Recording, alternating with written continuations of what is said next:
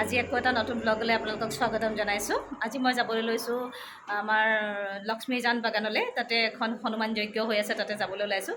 এয়া মোৰ মা নাযায়, কিন্তু মায়ে মোক আগবঢ়ালৈ আহিছে। এয়া মোৰ টিকলি ভতিজা পুতলা আমাৰ আগবঢ়াবলৈ আহিছে, কিন্তু বতৰটো বহুত বেয়া। আপোনালোকক দেখাই থাকিম, যি কি নহওক ওলাইছোঁ যেতিয়াতো যাবই লাগিব। মই ঘৰৰ পৰা ওলাইছোঁ, তাৰ পিছৰখিনি মই আপোনালোকক দেখাই থাকিম।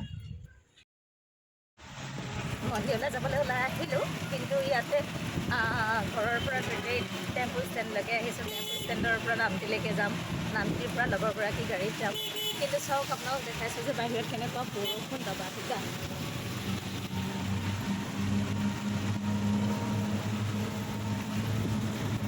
বাহিৰত দবা পিটা বৰষুণ দি আছে।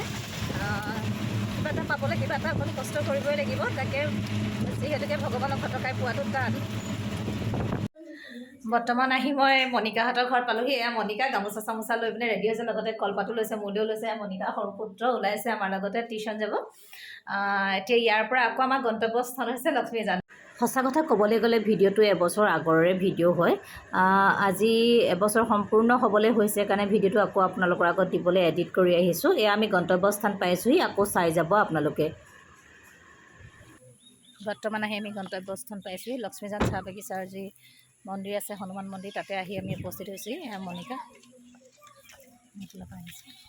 পৰিৱেশটো বৰ সুন্দৰ। ইয়াতে ইমান ধুনীয়া বাগান দেখা। আমি পূজা কৰিবলৈ গৈ আছোঁ।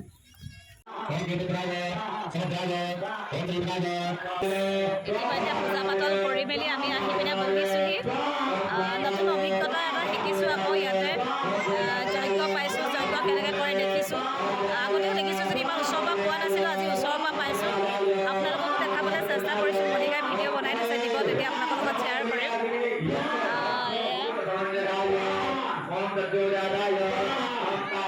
ইয়াৰ ওচৰতে বোলে বৰশিল আছে। আমি দুজনে আজি বৰশিলো চাবলৈ যাম, তাৰো আপোনালোকক অকণমান দেখাম।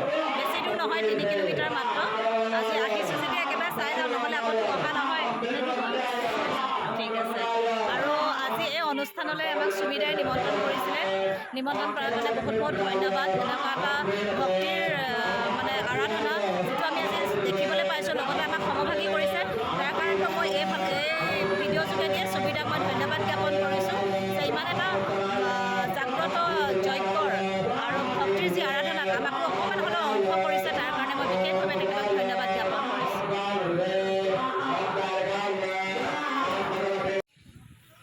ইয়াতে চাওক, ইমান সুন্দৰ এটা পৰিৱেশ লাগিছে। সকলো বহি আছে তেনেকৈ।